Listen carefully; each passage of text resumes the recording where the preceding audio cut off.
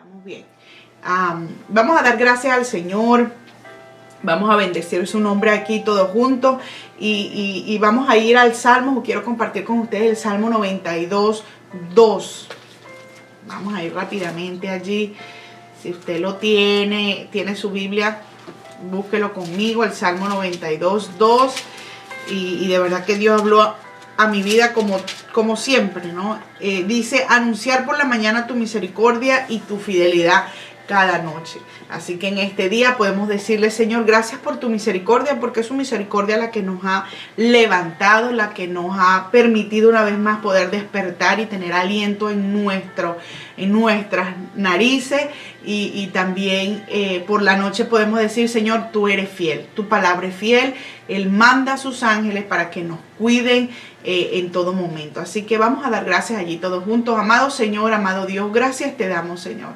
Gracias te damos por tu gran misericordia, Señor, en esta mañana, porque nuevas son cada día, Señor, para tus hijos se levantan cada mañana confiados, Señor, sabiendo de que tú, Señor, vas a protegerles, vas a guardarles, Señor. Gracias, Jesús. Y por las noches podemos hablar de tu fidelidad, Señor, porque fiel y justo eres tú para con tus hijos, Señor. Te amamos y bendecimos tu nombre. Llénanos de tu palabra en esta mañana, Señor. Llénanos con ella, sacia, Señor, toda sed, toda hambre, Señor, que haya en nosotros. Sáciala, Señor, y llénala por medio de tu palabra. Pido que hables, Señor, a corazones que han pasado por momentos de depresión, de dolor, Señor, de circunstancias en donde se han encontrado solos, Señor. Háblanos, Señor, en esta mañana y ayúdanos a sobrepasar por esos momentos, por esos desiertos. En el nombre de Jesús, amén y amén. Aleluya. Dice así el capítulo 19 del libro de Primera de Reyes. Vamos a ver quién está por ahí. Está mi hermana Luz Marina, Astrid, mi hermana Belki, mi hermana Wendy, mi hermana Tania. Yo sé que va a ser difícil por las interrupciones que tenemos, pero trate de mantenerse ahí, leer conmigo y oír lo que usted alcance a oír. Dice, Elías huye a Oret. Después de esa gran victoria, después de correr un maratón, él huye a Oret.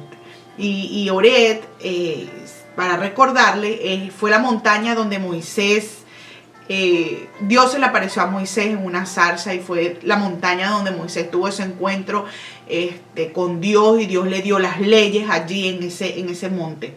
Dice, acá dio a Jezabel la nueva, recordemos que Jezabel era la esposa del rey Acab, dio la noticia de todo lo que Elías había hecho y de cómo había matado a espada a todos los profetas. Sabemos que ella era la que pagaba por estos profetas, que no eran profetas de Dios, sino profetas de Baal. Y estos profetas que hacían, ella les pagaba y les gustaba tenerlos porque ellos profetizaban bien sobre el reino de ellos y todo eso. Dice, entonces envió Jezabel a Elías un mensajero diciendo, dice, así me hagan los dioses y aún me añadan. Dice, si mañana a estas horas yo no he puesto tu persona como la de uno de ellos, o sea, como una de los sacerdotes, si no te mato al igual que tú mataste a todos los sacerdotes. Cuando dicen aún me añada los dioses, me hagan los dioses, aún me añada, es como decir, me quito el nombre si eso no sucede. O sea, era como para asegurar que la palabra que estaba diciendo se iba a cumplir. Dice el versículo 3 del capítulo 19, dice, viendo pues el peligro, se levantó y se fue para salvar su vida y vino a Beerseba, que está en Judá, y dejó allí a su criado. Una cosa aquí en la Biblia Pechita dice que Elías tuvo miedo y por eso huyó. Aquí vio peligro y se marchó. ¿Y dónde se marchó? A Judá, o sea, pasó del reino del norte al reino del sur. Dice el versículo 4, y él se fue por el desierto, dice, un día de camino. Dios no le dijo que se fuera, no le dijo que huyera. Al principio sí, cuando él se le apareció a Acab, pero ante Jezabel, él fue el que decidió huir porque tuvo temor a lo que le dijo Jezabel. Y se fue al desierto, dice un día de camino, que son aproximadamente, dicen la Biblia, creo que la de las Américas, dice que eran como 25 kilómetros en todo el día lo que él caminó. Dice, y vino y se sentó debajo de un enebro, era un árbol que es muy pequeño, dice, y deseando morirse, dijo, basta ya, oh Jehová, quítame la vida, pues no soy mejor que mis padres. Realmente Elías, vemos aquí el estado tanto físico como emocional de Elías estaban totalmente en su máximo nivel. Él estaba cansado del maratón. Imagínense días anteriores, no sé, o el día anterior cuando corrió y sobrepasó a Acab. Recuerden que la mano de Dios estaba sobre él y no hizo que esa lluvia torrencial impidiera correr y sobrepasar el carro del rey Acab. Pero él estaba cansado físicamente, más después los 25 kilómetros que supuestamente corrió, también un día de camino, estaba totalmente agotado y emocionalmente él estaba deprimido, estaba cansado. Recuerdo que hay personas que dicen, bueno, y yo también lo he vivido, que cuando estamos deprimidos, cuando sentimos depresión, queremos descansar, nos sentimos cansados. Yo no sé si usted se identifica con eso. Hay veces que le he dicho a Dios, Señor, estoy cansado. Dice, y echándose debajo del enebro, se quedó dormido. Y aquí, dice, un ángel le tocó y le dijo, levántate y come. Qué bonito trabaja Dios en medio de ahí nuestro cansancio y depresión. El ángel del Señor nos toca y nos sustenta. Y dice, entonces él miró y he aquí a su cabecera una torta cocida sobre las ascuas, o sea, sobre las brasas. Había una brasa, imagínense. Quizás el ángel ahí cocinó para él y hizo una torta, dijo. Y dice que vio esa torta cocida sobre esas brasas y una vasija de agua. Dice, y comió y bebió y volvió a dormirse. O sea, Dios le dio de su alimento, le preparó una comida ahí celestial y dijo que él volviera y descansara. Dice el versículo 7, dice, y volviendo el ángel de Jehová la segunda vez, dice, le tocó diciendo, levántate y come, porque largo camino te resta. Él estaba cansado, deprimido, asustado, y yo mirando todos estos síntomas de Elías y mirando los síntomas de una enfermedad que últimamente se ha propagado tanto, que es la depresión. Cuando una persona está deprimida, está cansada, se siente cansada tanto físico como emocionalmente. Una persona deprimida tiene miedo, no sabe de qué tiene miedo, pero tiene miedo y quiere dormir. No quiere pararse, no quiere despertar, quiere estar en soledad, quiere estar allí, no sé si a usted le ha pasado. Y estos eran los síntomas que presentaba Elías. Pero Dios le habló por medio de este ángel y le dijo, levántate, cobra ánimo, come una vez más, come la comida que yo tengo preparada para ti, porque el largo camino te resta. Y así Dios nos dice, no, todavía yo no he terminado contigo, tu final no es tu final no es quedarte aquí, quedarte ahí deprimido, triste, solo y asustado.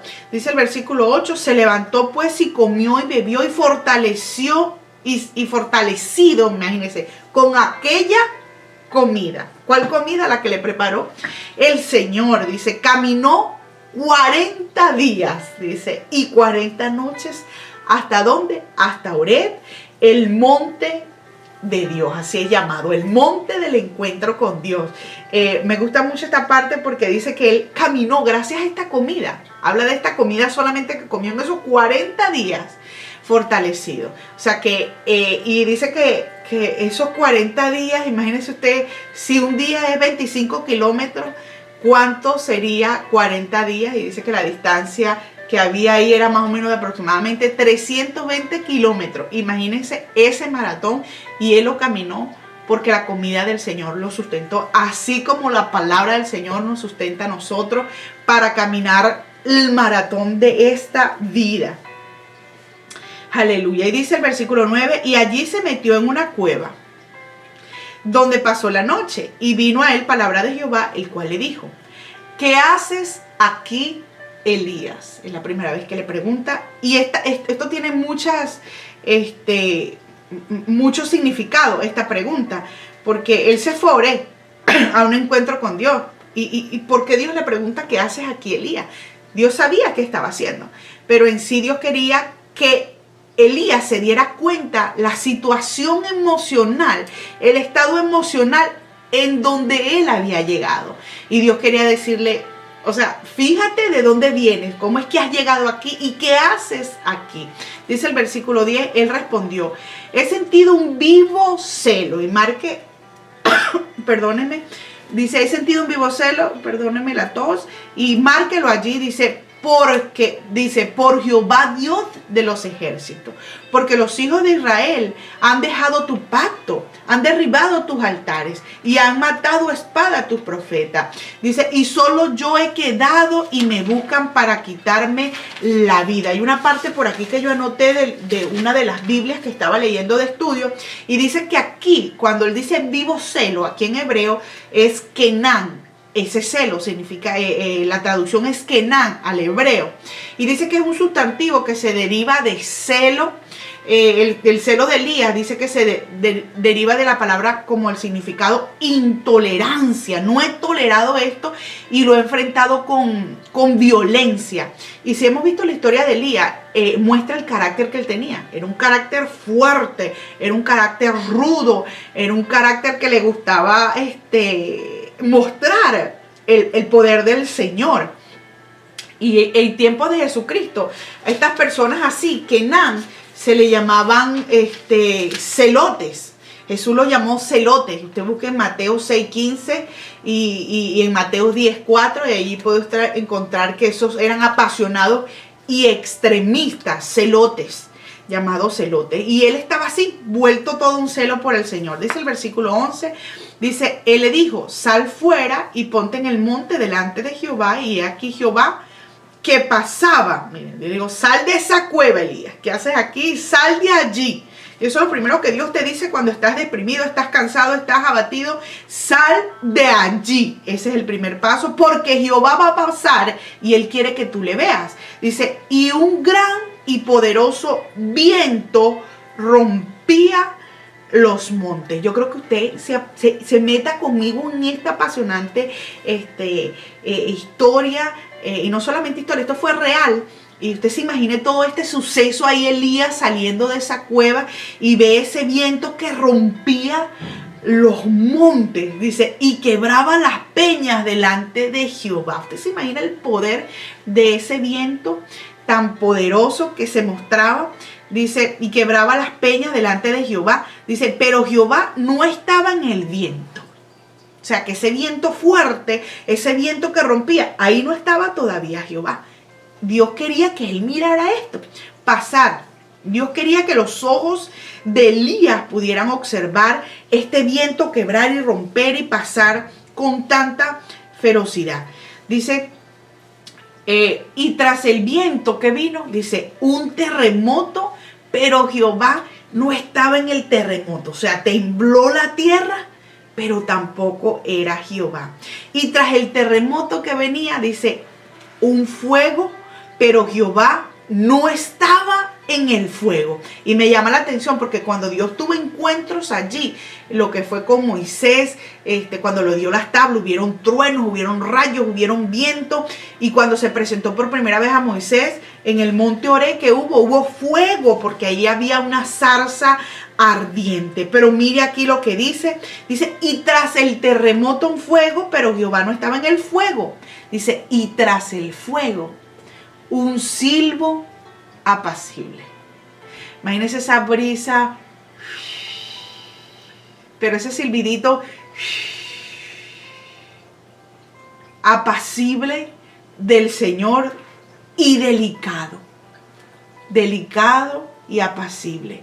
Y cuando lo oyó Elías, cubrió su rostro con su manto. Imagínense Elías cubrirse con su manto. Dice, y salió. O sea que él a lo mejor había visto así por encimita, pero cuando él oyó a Dios y vio que era Dios ese apacible y delicado silbido, él salió de esa cueva. Dice, y se puso a la puerta de la cueva. He aquí vino a él una voz diciendo.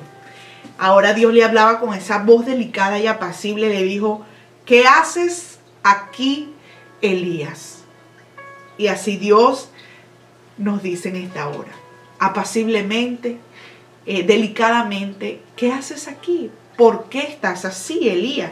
Dice, respondió, he sentido otra vez un vivo celo por Jehová Dios de los ejércitos, porque los hijos de Israel han dejado tu pacto, han derribado tus altares y han matado a espada a tus profetas. Y solo yo he quedado y me buscan para quitarme la vida. Elías sabía que todavía había un remanente, porque el mismo criado Abdías le había dicho que él había guardado a 100. Había guardado a 100 de los sacerdotes del Señor. Y él pensaba que él solamente había quedado, que él solamente estaba haciendo lo recto delante del Señor, todo Israel estaba perdido. Y una de las cosas, hermanos, ¿por qué la depresión cae tan duro en este tiempo? Porque muchos de nosotros nos hemos enfocado en algún momento de nuestra vida a solo mirarnos nosotros mismos, ¿no? Somos seres egoístas. Yo me incluyo porque soy humana, porque yo puedo decir una cosa a ustedes, pero Dios es quien conoce el corazón de uno. Y hay momentos en que nosotros pensamos que somos los únicos que estamos haciendo el bien, que delante de Dios estamos bien y que todos los demás están equivocados. Y muchas veces nos centramos tanto en nosotros, en nuestros intereses egoístas de nosotros mismos, en nuestro mundo, en lo que nosotros sentimos, en lo que nosotros vivimos, en lo que está pasando en nosotros, en nuestra casa, en nuestra salud, que nos volvemos seres totalmente egoístas y centrados en nosotros mismos, y ahí es donde caemos en depresión, cuando también nos damos cuenta que somos nosotros. Pero Dios trató en él y le dijo, Elías, yo no solamente soy el Dios que trabaja en los truenos, en el viento y en el fuego. Y yo no solamente quiero que tú seas un hombre así, de un héroe, un atleta, no. Yo también quiero que seas que estés allí en ese viento, ese silbido apacible y delicado del Señor. Ahí también estoy yo, ahí también te hablo yo. Mire, y le dijo Jehová, ve, vuélvete por tu camino, o sea, regrésate, dice, por el desierto de Damasco, y llegarás y ungirás a Hazael por rey de Siria. Antes de seguir, hermano, mire, el mismo Elías que tuvo ese encuentro aquí en Horeb, y Moisés, siglos después, muchos años después, cuando se encontraron con Jesucristo, ellos dos estuvieron en el monte de Dios, también con Jesús en el momento de la transfiguración, y me pareció bastante interesante. Usted va a Lucas 9 y lo puede ver ahí cuando se menciona que siglos más tarde, pues Jesús, Elías y Moisés, esos tres que se habían encontrado allí en ese monte Horeb, estaban juntos hablando. ¡Wow! ¡Qué poderoso es esta palabra del Señor! Y dice que Dios le dio, ahí le mostró su plan. Hazael por rey de Siria. ¿Por qué Hazael por rey de Siria? Porque Dios iba a utilizar a este rey y esta nación de Siria para castigar el pecado de Israel. Dice, a Jehú, hijo de Nimsi, ungirás por rey sobre Israel, y a Eliseo, hijo de Safat, y a Abel-Mehola ungirás para que sea profeta en tu lugar. Entonces, ¿por qué Jehú? Jehú iba a ser el rey de Israel, y a Eliseo porque Eliseo iba a ser el sucesor de él. Dice el 17, y el que escapare de la espada de Hazael, o sea, el que no muriera en mano de su enemigo, Jehú lo matará, o sea, el mismo rey de Israel. Y el que escapare de la espada de Jehú, el que no se rindiera, ¿verdad? Que sí, el que quedara vivo de Jehú, el rey, Eliseo lo matará. O sea, primero Dios tratará a Israel por medio del rey de Siria, sus enemigos, para limpiar la iniquidad de Israel. Si el que se salvare de allí, pues por medio del mismo rey de Israel, Dios trabajará. Y si quedara vivo del rey de Israel, pues pasará entonces en manos de Eliseo, que será el sucesor, el profeta. Dice, y yo haré que queden en Israel 7,000, cuyas rodillas no se doblaron ante Baal y cuyas bocas, dice, no lo besaron. dice llamamiento de Eliseo, y esta parte también me gusta mucho. Si nada más nos queda tiempo, hermano, para leer un versículo, no se preocupe. El día de mañana podemos seguir leyendo, o más tarde usted lo puede leer también. Dice llamamiento de Eliseo. Partiendo él de allí, halló a Eliseo, hijo de Safat, que araba con 12 juntas delante de sí. Imagínense, una junta tenía 2 bueyes. Entonces 12 juntas delante de sí, dice, y él tenía la última. La junta era la yunta era el yugo que sostenía o que dirigía a 2 bueyes. Entonces él estaba ahí como al final, estaban todas delante de él y él estaba al final. Dice, y pasando Elías por delante de él, echó sobre él su manto. Esto tenía un significado, es que echar su manto, el manto era la prenda más importante de una persona en aquellos tiempos. El manto significaba la cobertura para el frío, para el mal clima, para el sol, significaba poder usarlo para tenerlo como asiento allí para sentarse, podía ser usado como maleta, bueno, para muchísimas cosas. Y el ponérselo encima a esa persona o Eliseo significaba, ok, tú vas a ser mi sustituto. Después que yo pase, tú eres quien sigue con la batuta. Dice, pasando Elías, dice el 20, dice, entonces dejando él los bueyes, vino corriendo en pos de Elías y dijo, te ruego que me dejes besar a mi padre y a mi madre, y luego te seguiré. O sea, déjame despedirme de los míos y luego te seguiré. Y él le dijo, o sea, Elías le dijo, ve, vuelve, ¿qué te he hecho yo? Esto quiere decir, o sea, yo no te he dicho que no te despidas, ve y despídete. Dice el 21, y se volvió y tomó un par de bueyes y los mató. Esto tiene un significado. Y con el arado de los bueyes coció la carne, con el mismo, digámoslo así, yugo de los bueyes, con ese arado, dice que coció la carne de estos animales que mató, dice, y la dio al pueblo para que comiesen. Después se levantó y fue tras Elías y le servía. El acto de Eliseo aquí nos dice muchas cosas. No solamente era una despedida, no solamente él mató estos animales para hacer una despedida de su pueblo y de su familia e irse. También significaba el que todo lo que él tenía, su riqueza, todo lo que él tenía allí, su sustento, su trabajo, su forma de vivir, él la rendía, la sacrificaba para volver. O sea, era él demostrando un real compromiso delante del llamamiento. Lo dejo todo atrás y ya no voy a volver a ser el mismo. O sea, ya no hay nada. Si regreso no queda nada. Y lo dio todo. Vamos a ver cuánto tiempo tengo. Tengo 24 minutos. Vamos a ver hasta dónde nos da tiempo de leer el 20, y quiero que si no nos da tiempo, usted, si no puede el chancecito de estar ahí todo el tiempo conmigo, lo haga usted en su casa. Dice, entonces Ben-Hadad, rey de Siria, recordemos que hace unos capítulos anteriores leímos que este rey hizo alianza con Asa, el rey del sur, el rey de Judá. Dice, pero este era otro, realmente existían 3. Dice, entonces Ben-Hadad, rey de Siria, juntó a todo su ejército y con él a 32 reyes con caballos y carros. Se alió con otros reyes y subió y sitió a Samaria y la combatió, o sea, la capital ahí del reino de Israel. Y envió mensajeros a la ciudad de Acá, rey de Israel, diciendo, recuerden que Acá no solamente tenía casa en la capital, sino en muchos lugares. Dice, así ha dicho Ben-Hadad, tu plata y tu oro son míos, y tus mujeres y tus hijos hermosos son míos. Y el rey de Israel respondió y dijo, como tú dices, rey señor mío, yo soy tuyo y todo lo que tengo. O sea, él se estaba ahí como rindiendo. Dice, volviendo los mensajeros otra vez, dijeron, así dijo Ben-Hadad, yo te envié a decir, tu plata y tu oro y tus mujeres y tus hijos me darás.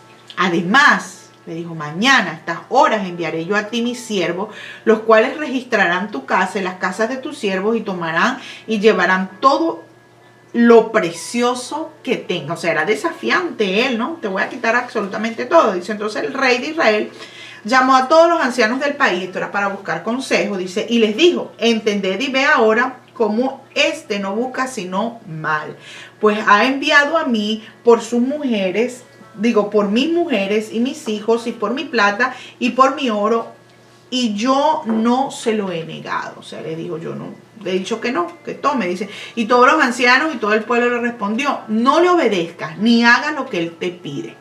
Entonces él respondió a los embajadores de Ben-Hadad, decía al rey mi señor, haré todo lo que mandaste a tu siervo al principio, mas esto no lo puedo hacer. Y los embajadores fueron y le dieron la respuesta. Qué bueno que él buscó consejo de los ancianos, porque esta vez de verdad que le sirvió a Acab el consejo de los ancianos. Dice, y Ben-Hadad nuevamente le envió a decir, así me hagan los dioses, aún me añada, que el polvo de Samaria, imagínense el polvo de la capital de Israel, no bastará, dice, a los puños de todo el pueblo que me sigue. O sea, no bastará todo ese polvo de Samaria a los puños. O sea, somos muchísimos.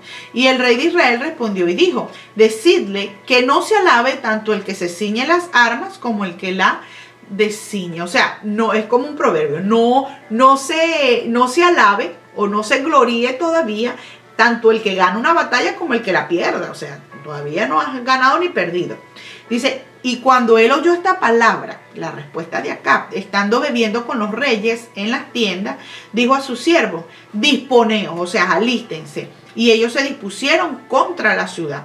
Y he aquí un profeta vino a Acab, rey de Israel, y no sabemos si este profeta no era Elías, pero vemos que influyó mucho las victorias de Elías, porque él pidió, mire, aquí vamos a ver cómo él obedeció, perdón, no pidió, pero obedeció lo que este profeta le dijo. Y este profeta le dijo, así ha dicho Jehová, ¿has visto esta gran multitud?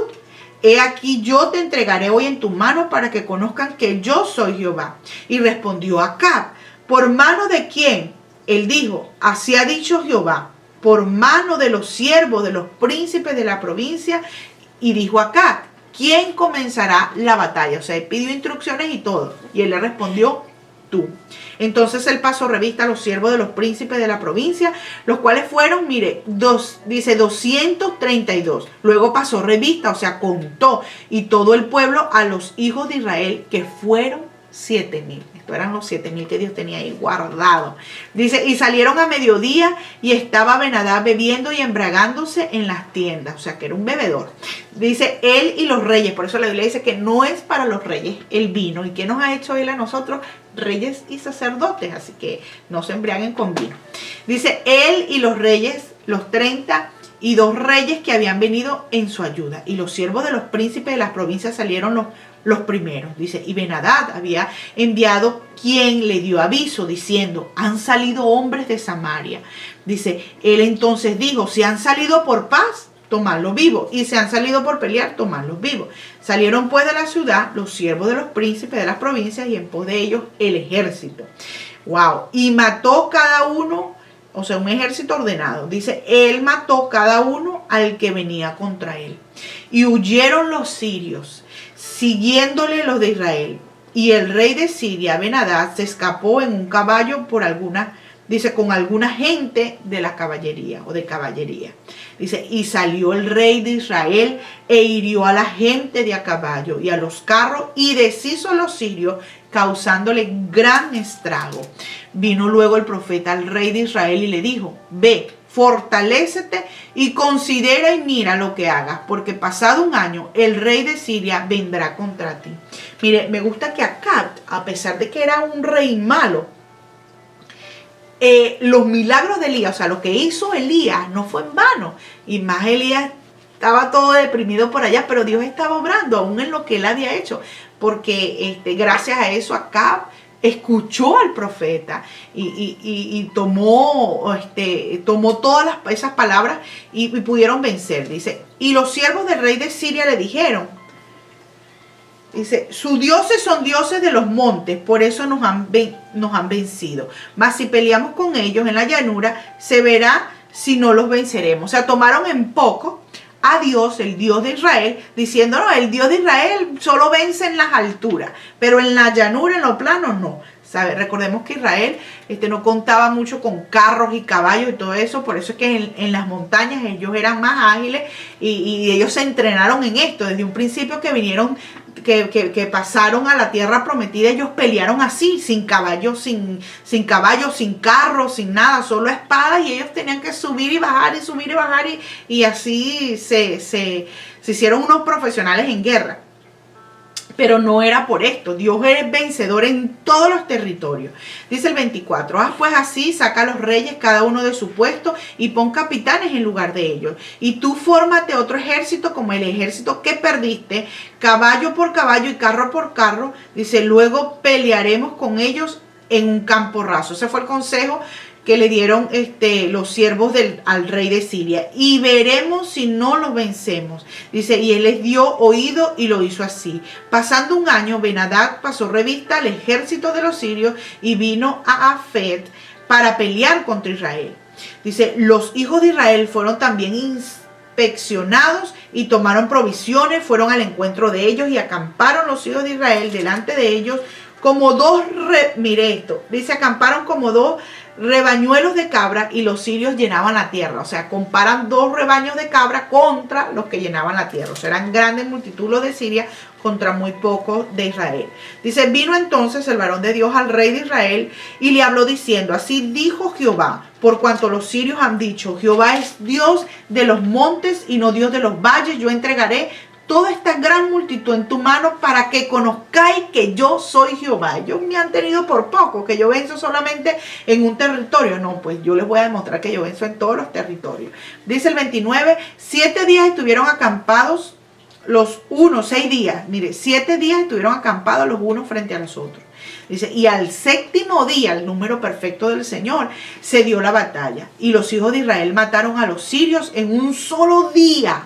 100,000 hombres de a pie. O sea que los que parecían dos rebañitos pequeños contra los que llenaban la tierra, vencieron en un solo día a 100,000 hombres de a pie. Dice, los demás huyeron a Afet, a una ciudad, a la ciudad. Dice, y el muro cayó sobre 27,000 hombres que habían quedado. O sea, los que quedaron fueron vencidos en esta ciudad, los muros cayeron sobre ellos. Dice, también Ben-Hadad vino huyendo a la ciudad y se escondía de aposento en aposento. Entonces sus siervos le dijeron, los siervos de Ben-Hadad, dice, he aquí hemos oído de los reyes de la casa de Israel que son reyes clementes, o sea, son misericordiosos. Pongamos pues ahora silicio en nuestros lomos, o sea, vistámonos de silicio, que silicio era una tela hecha de pelo de cabra, para enlutados, lo usaban los enlutados, los que estaban tristes, dice, y la soga en nuestros cuellos. Esta soga significaba como rendición, que se rendían o que no querían ser colgados. Dice, y salgamos al rey de Israel a ver si por ventura te salva la vida.